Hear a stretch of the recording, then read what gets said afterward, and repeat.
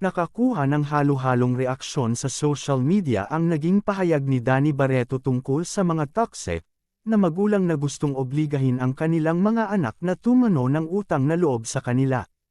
Sa panayam kay Danny na anak ni Kir Legaspi at Marjorie Barreto, sinabi niya na hindi dapat mapilitan ang mga anak na tulungan ang kanilang mga magulang.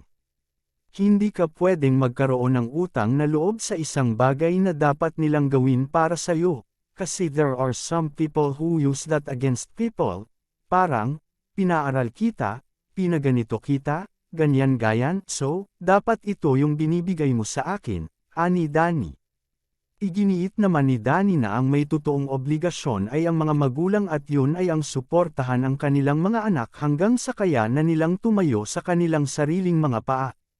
Matapos makatanggap ng batikos sa social media ay nilinaw ni Danny na ang kanyang pahayag ay para lamang sa mga magulang na tila ginawang alkansya ang kanilang mga anak.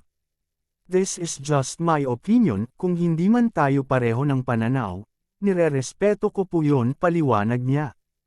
I never said na huwag kayong give back sa pamilya niyo, na huwag ninyong susuportahan ang pamilya niyo, or huwag kayong maging mabuting anak at i-spoil sila. Dagdag niya pa, yung statement lang po na yun is about those parents who still obligate or require their children to give money to them. And kung di po sila bigyan, sinusumbatan po sila ng mga responsibilidad na ginawa nila para doon sa mga anak nila. Matatandaan na ilang mga magulang ang ipinipilit na karapatan nilang mabawi ang ginastos nila sa pagpapaaral sa kanilang mga anak.